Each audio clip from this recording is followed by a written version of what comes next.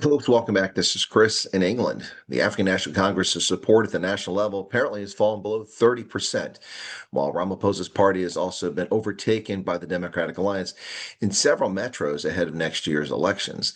Now, this is according to Democratic Alliance polling, which they claim has been particularly accurate in the past. The ANC currently has just 29% support among registered voters. Now, that's an 11% drop from what they got on May 29th of 2024 in the national elections at 40%. And that is significant if it's true.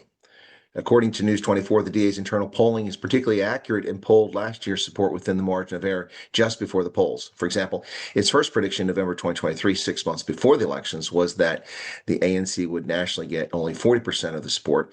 With the same poll, it was first published in February last year, 4 months before the polls. MK would become the country's third largest party. Well, impressed I am not. They made this prediction in November of 2023. I made the correct prediction of between 38 and 42% of polling in November of 2021, about 10 days after the missed elections, by analyzing that data.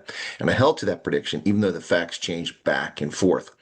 I also predicted the MK party over 10%, although I didn't expect 14, it was a little higher than I thought, and that the EFF would drop below 10% 4 or 5 months ahead of the May 29th election. So I'm not so impressed with their polling. The only surprise for me was that the DA's inability to gain votes in that election. They lost votes yet again, though comically, the DA claimed that they gained votes in last year's election. The DA actually had a slight percentage climb owing to so few people actually rocking up to vote, not because of a larger number of votes. News 24 states that the DA poll shows the party is now just 1 percentage point behind the ANC. Steenhuisen's DA has 28% support, 6 percentage points more than it received in last year's elections. Now that's fascinating. So 28%, where exactly has the DA gained voters? I mean, I think that's a fair question. Certainly not amongst white or colored voters. Many whites are disgusted at the DA's waffling and silence.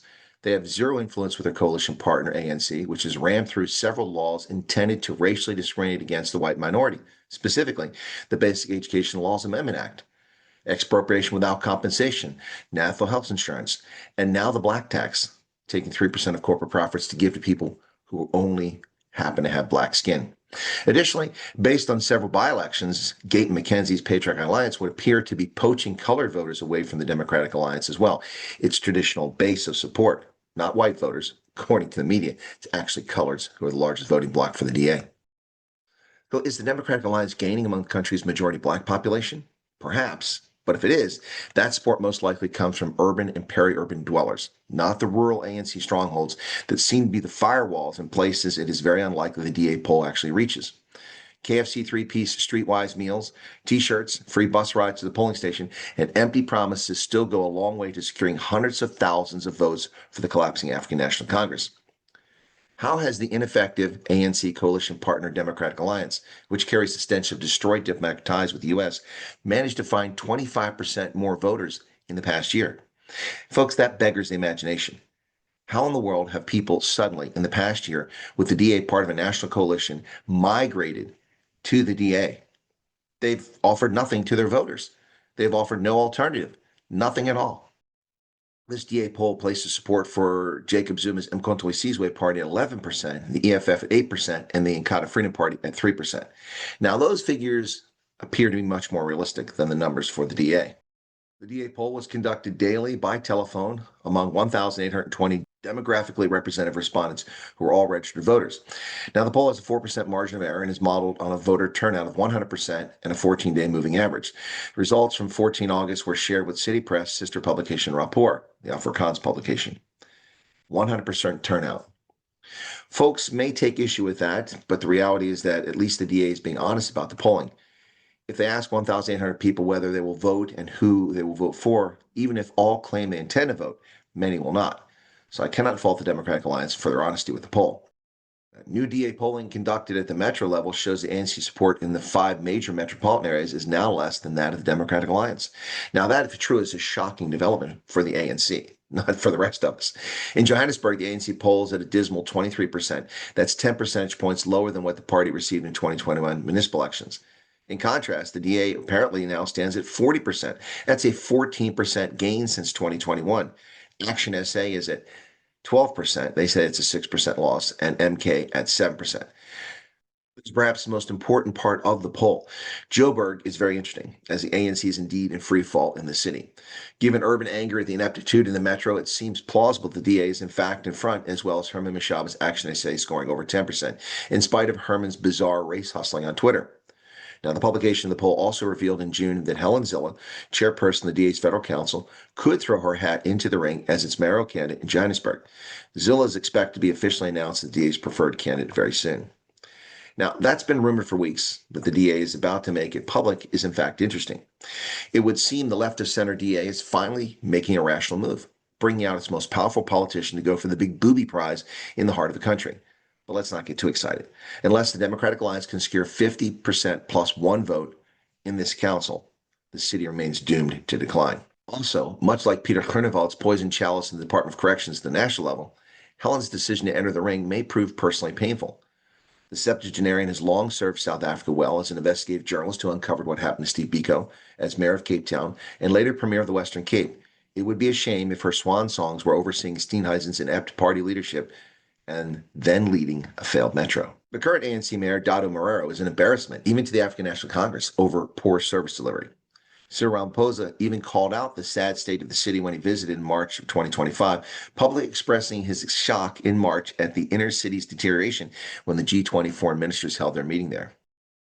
Things don't look any better in Gauteng's other two metros. In Tshwane, the ANC polls at 27%. That's down 8% from 2021, while the DA is at 48%. That's a 16% gain since 2021. Now, that's impressive if it's true.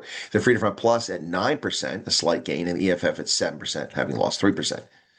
If true, this is a significant gain for the DA and the Freedom Front Plus, and would give them firm control of the metro and a genuine chance in improving the capital, provided they can overcome ineptitude prevalent among city workers and the gangsters threatening governance and their own squabbles between the two parties who can't seem to get along at times.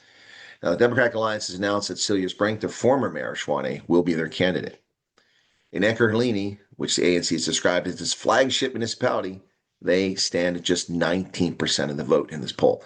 That's minus 19%. They lost 50% of their support, while the DA is at 41%, a 13% gain, the EFF at 12%, and MK at 11%.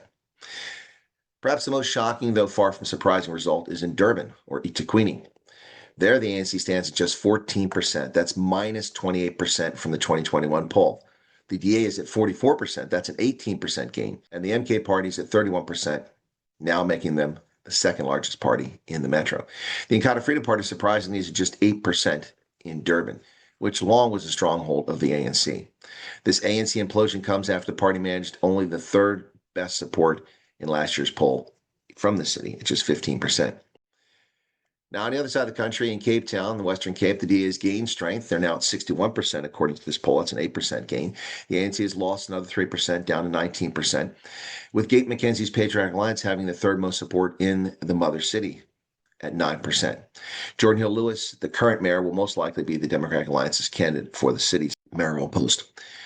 The PA's strong showing is impressive and, if genuine, would seem to indicate that the Patriotic Alliance has appealed beyond its traditional colored voting base, as the DA could not have gained 8% and the PA 5% simply from white or colored voters.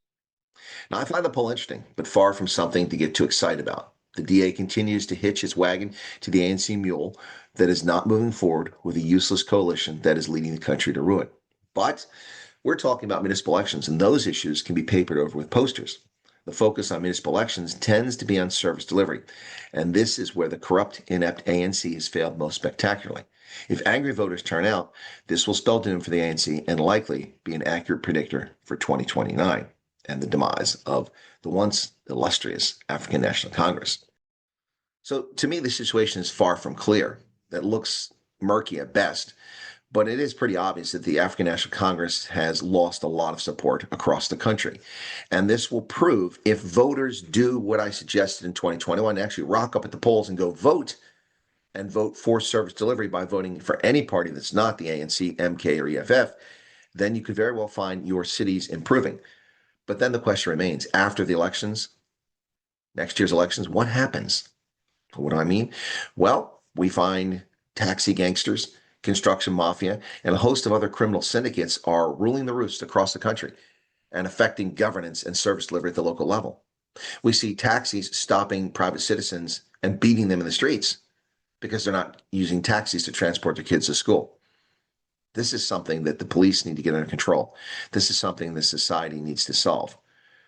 This gangster state that South Africa has become needs to be dismantled and quickly, or regardless of who wins in whichever metro in next year's elections, things will not improve because you'll be fighting gangsters, not just opposition political parties for governance of the metros. What say you, South Africa, Zanzi? Any thoughts on this? And before you start criticizing my analysis, bear in mind my analysis has been pretty much 100% spot on when it comes to South Africa's elections over the past decade. Just saying. Doesn't mean I'll get it right. Just saying that I have a good track record. What say you? Cheers.